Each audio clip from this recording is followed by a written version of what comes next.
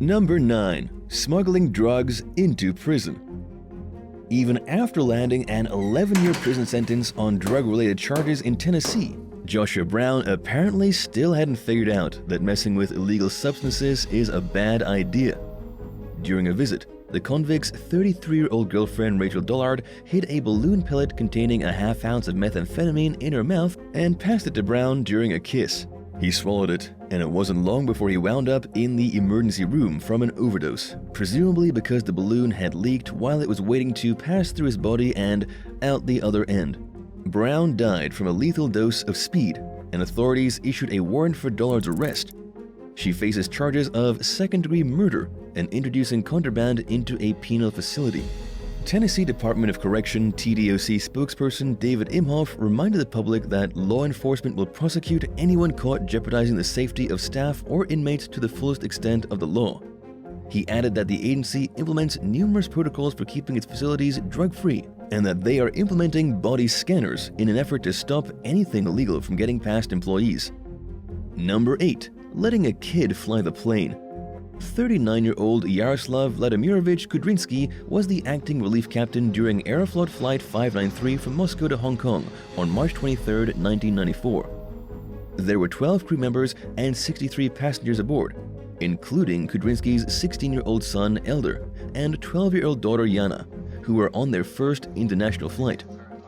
While the relief pilot was on duty, he brought the kids into the cockpit, where they joined their father along with the captain and first officer. Kudrinsky let Yana sit at the control column, even though this was strictly against airline regulations, and discreetly adjusted the autopilot to make her think she was steering the plane. Elder's turn in the pilot's seat came next. Unbeknownst to his father, the teen pushed on the control column long enough to disengage the automatic control of the plane's ailerons. In the meantime, the autopilot continued to operate all other functions as usual. A silent indicator turned on to indicate that the ailerons were now under manual control, but the crew members failed to notice it, most likely because they were used to flying Soviet planes that gave loud warnings, as this was an Airbus A310.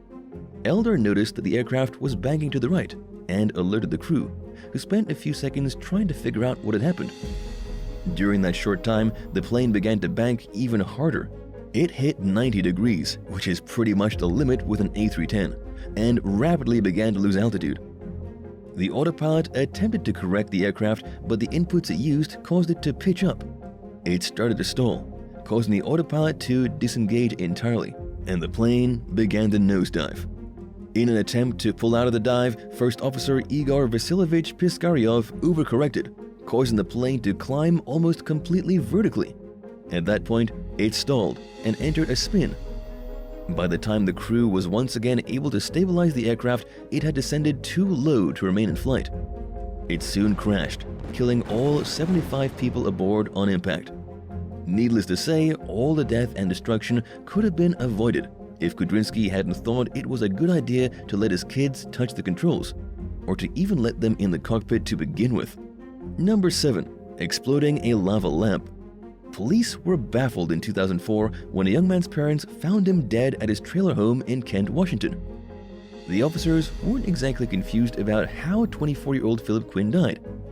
It took some mild detective work to figure out that he had made the foolish decision to heat a lava lamp on his stove, and that it exploded.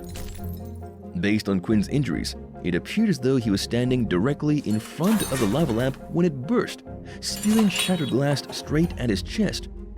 One of the shards pierced his heart. Quinn stumbled into his bedroom before he took his last breath, but was apparently too injured to call for help. But the cops were puzzled as to why the young man had chosen to heat a lava lamp on the stove, especially after finding no evidence of drug or alcohol abuse prior to Quinn's death. The public seemed to be equally confused, and the bizarre case even fell under the scrutiny of the fact-checking website Snopes, which investigated and determined that the strange tragedy did really happen. In the 18 years since, however, nobody's come up with a logical answer for why he might have set the lava lamp on a lit burner and then stood dangerously close to it. Number 6. Carelessly dumping dangerous chemicals. One day in February 2008, Lydia Tsakova began pouring flammable chemicals down a drainage shaft near a school in Bulgaria. These substances interacted with the gases in the sewer, leading to a sudden explosion. Tsukova was decapitated by the blast, while her husband Georgy and her friend Nadezhda Lyubinova landed in the hospital with serious injuries. Shortly after the tragedy, news outlets reported that both survivors were severely burned, and one of them was in a coma. It may not seem too surprising that a person might unknowingly mishandle a dangerous substance, but this case is particularly shocking because Tsukova was a science teacher who was probably at least somewhat aware of the risks that came with dumping hazardous chemicals in the wrong places. Yet, there is a logical and unfortunate explanation for her seemingly reckless decisions. Chances are Tsukova had no way of properly disposing of the chemicals, leaving her with little choice but to pour them down the drain and hope for the best. Number 5. Going too close to a wild animal. Many pond owners are all too familiar with the disruptions and dangers that come with an imposing flock of breeding geese, not to mention lots and lots of poop. To keep geese away from a residential pond surrounded by several homes in Des Plaines, Illinois, one company summoned the help of dogs and swans. Neither of the animals are very fond of geese, and both are typically more than willing to chase them off and let them know they're unwelcome. As an employee of the company tasked with keeping the pond goose free, 37-year-old Anthony Hensley knew that swans are sometimes more aggressive than they look, but he more than likely didn't expect the species to kill him while he kayaked across the pond one day in 2009. There are a few different versions of the story. One claims that 2 swans swam up to Hensley's kayak and knocked him out of it in a completely unprovoked attack. He tried swimming to shore, but drowned under the weight of his heavy boots and clothing. According to the other version of the story, Hensley ventured too close to a swan's nest, something he should have known better than to do, causing the bird to feel provoked and attack him. In this case, his demise also resulted mainly from wearing heavy attire that weighed him down in the water. Regardless of whether the father of 2 actually violated a swan's personal space, or if he could have done something to prevent the bird's aggressive reaction, Hensley's untimely death was undoubtedly tragic. Number 4. Bubblegum Blast. Vladimir Likonos was studying chemistry at the Kiev Polytechnic Institute in Ukraine when he died in a sudden explosion at his home one day in 2009. The 25-year-old was sitting at his computer when his mother heard the blast from the other room. She rushed in to find her son bleeding profusely with his jaw blown off. Sadly, emergency responders were unable to save him. An investigation found that Vladimir had a habit of dipping his chewing gum in citric acid to enhance its sour taste, and that the gum that was in his mouth when he died was laced with a suspicious chemical, thought to be an explosive. The findings led authorities to theorize that the young man had gotten his flavor-enhancing citric acid mixed up with a substance he used in his studies, leading to the deadly explosion. Vladimir was remembered as a quiet, level-headed, intelligent person who had a passion for science. Unfortunately, his not-so-smart decision to not keep hazardous materials separated from a substance he regularly put into his body cost him his life. The careless mistake is especially surprising given Vladimir's advanced understanding of chemistry and the dangerous reactions that certain materials can cause. Number 3. Bitten to death by superstitious dad.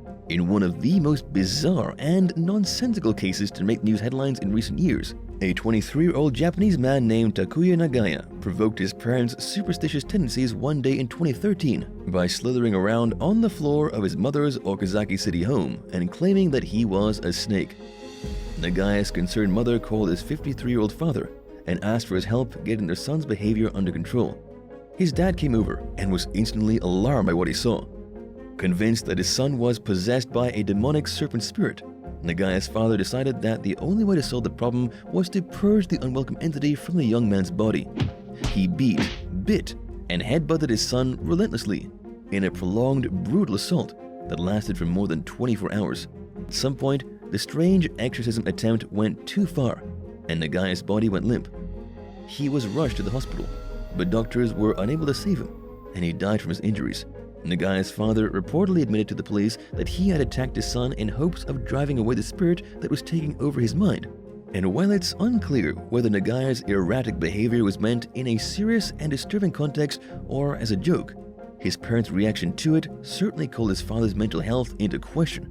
At the time the story broke, police reportedly told the press that the suspects would most likely have to undergo a psychological assessment before any court proceedings could take place. Number 2. Kicked by a cow. English broadcaster Jeremy Clarkson, who stars in the reality series Clarkson's Farm, wrote in a Sunday Times column earlier this year that one of his cows had attacked him. He was trying to herd his livestock into a new barn that he had just spent 6 figures on, when the animal showed his gratitude for having a nice, warm place to spend the winter by kicking her owner. Clarkson explained that he was trying to lure the cattle into the building with some nutty flavored cow treats, but that the animal was uninterested in the snacks and very interested in assaulting him. He claimed that even though the common belief is that cows can't kick backwards, this one certainly could. In fact, she was supposedly capable of kicking in any direction she wanted. The injured TV personality compared the offending bovine to a more deadly and determined version of Bruce Lee.